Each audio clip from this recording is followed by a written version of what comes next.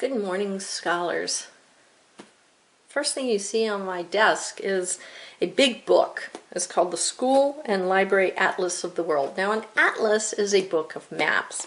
And if I open this, it's an old, beat-up book, but the maps are still cool to look at. So I open up my book, and I see there's an index that tells me where all the maps are. And if I turn through my pages, you'll see there are different maps. This one happens to be of the state of California. Here's Idaho.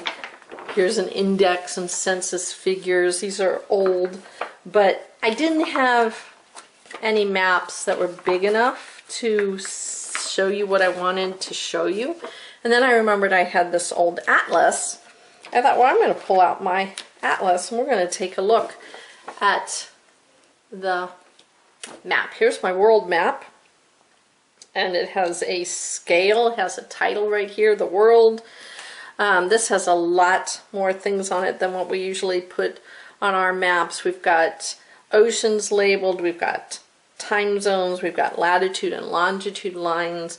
Doesn't have a compass rose on this map, but the important thing that this map shows me is the world, and more importantly, the part of the world that we've been talking about a lot this year, and that is this area around this sea, which I hope you can see looks like the duck that we talked about. Here's the beak, here's his head and a wing, the Mediterranean Sea. And I hope when you looked at the outline that you were like, oh, there's the Mediterranean Sea. I know where that is, because it looks like that flying duck, another device to help our brain understand where something is. And we are going to be traveling back and looking at this area around the Mediterranean Sea, most importantly up here in France, or back in the time period we're studying, it was known as Gaul. So the Mediterranean Sea, the importance that it played in this part of the world. Here is Scandinavia, up here where the Vikings were. We just finished Norway, Sweden, Finland, Denmark. Here's Russia over here. This is an old map, so some of the country names have changed, but the face of the earth has not. So this is still the Mediterranean Sea. And I wanted to show you this map because the map in our book was kind of little. And I wanted to show you how a big colorful map would look like. Here's the map in the book that they show us, and all we see is the duck's head in the chapter we're going to be looking at now. So I hope you know where your book is. You are supposed to take it home. If you don't know where it is right now, or you're like, oh, I don't know, don't panic. I'm going to read to you. You can follow along with me. If you have to go back and get information in the future, you can review the videos again and find it. So if you don't have your book, pause the video, go get your book and bring it here and open to page 97. We're going to be looking at the Kingdom of the Franks, chapter 11. So I'm going to hang on a minute while you go and get your book. Okay, I've switched some things around, but I'm going to continue. Here's my big atlas. I'm going to get that out of the way. It's kind of heavy, but it's also not really necessary for what we are going to look at right now. So I'm going to move that off of my desk, and I'm going to take a look at my book, Story of the World. You see I've got my knight, because we're going to be going and studying kings and castles and knights. So here's my knight. I'm going to move him aside for right now because we're going to focus on one king in particular today. So you're going to turn to page 97, chapter 11 in our book. But the first couple of pages just talk about us traveling back from the bottom of the world, Australia, which we did quite a while ago. So it just takes you back to the Mediterranean Sea. So I'm not really going to read this, but if you want to, that's fine.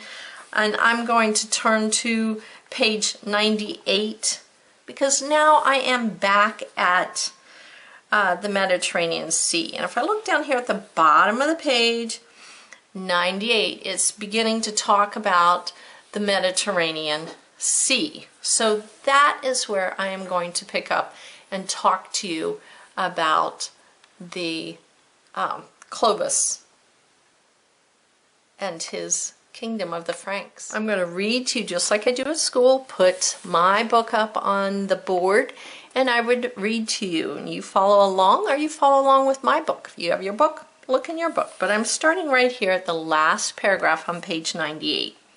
The land all around you in the Mediterranean Sea that we just looked at was ruled by Rome until barbarians invaded. So you got to go way back to the beginning of our school year when we talked about the Roman Empire. But a funny thing happened to the barbarians who attacked the Romans. When they came into the Roman territory, they began to learn the Roman customs. They built houses like Roman houses and lived in them instead of roaming around on horseback. They discovered Roman customs like shaving and taking baths. Missionaries taught them about Christianity.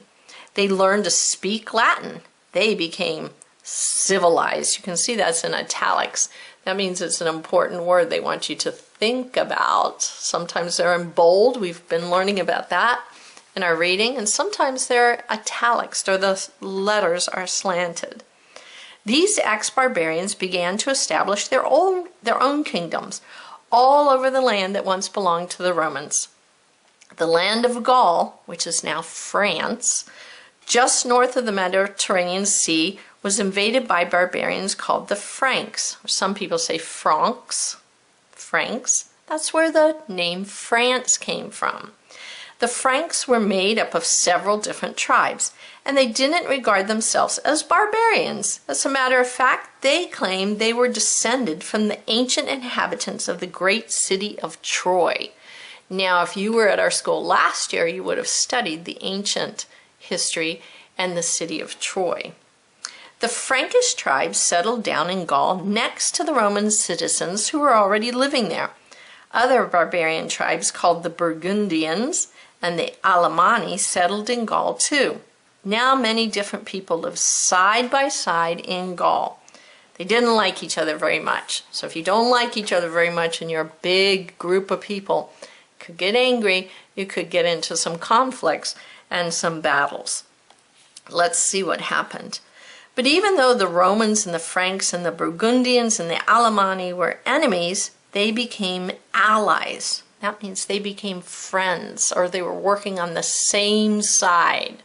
So enemies work against each other, the allies were working together.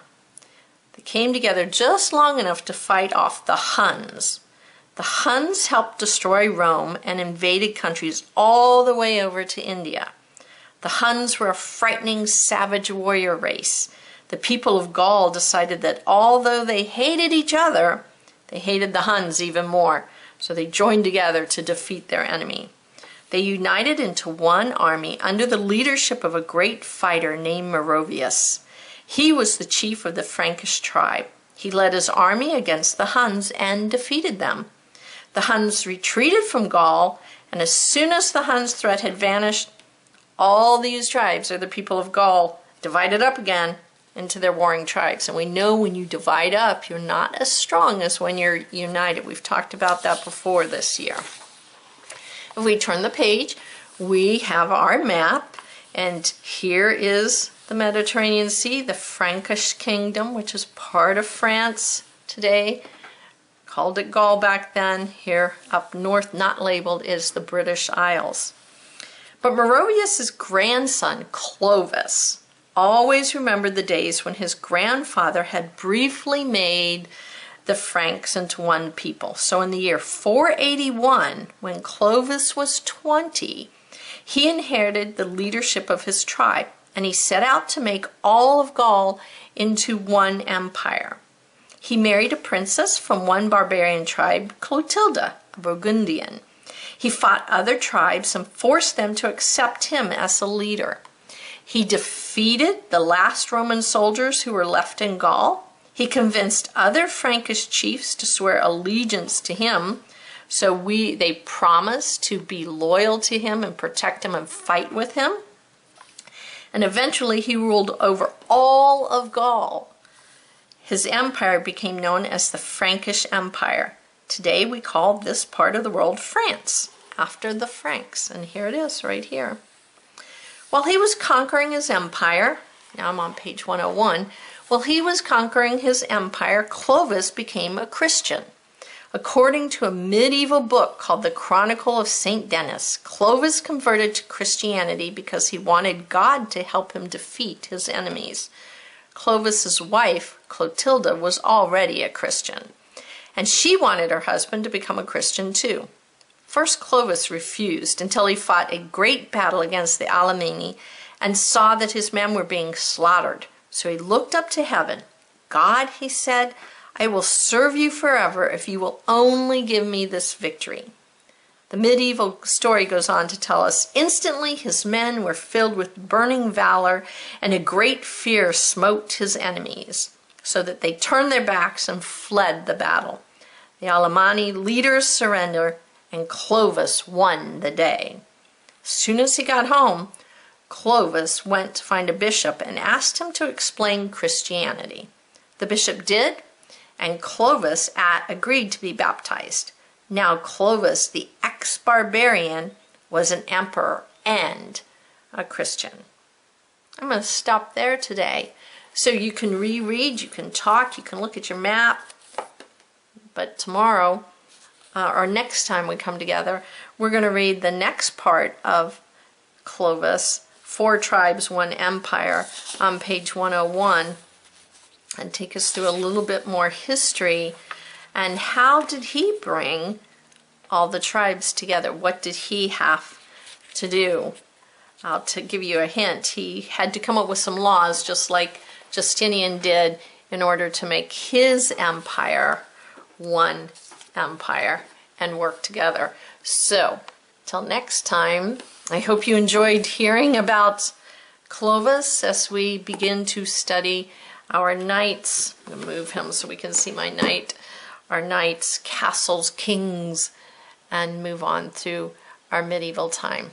So, till next time, go out, do great works.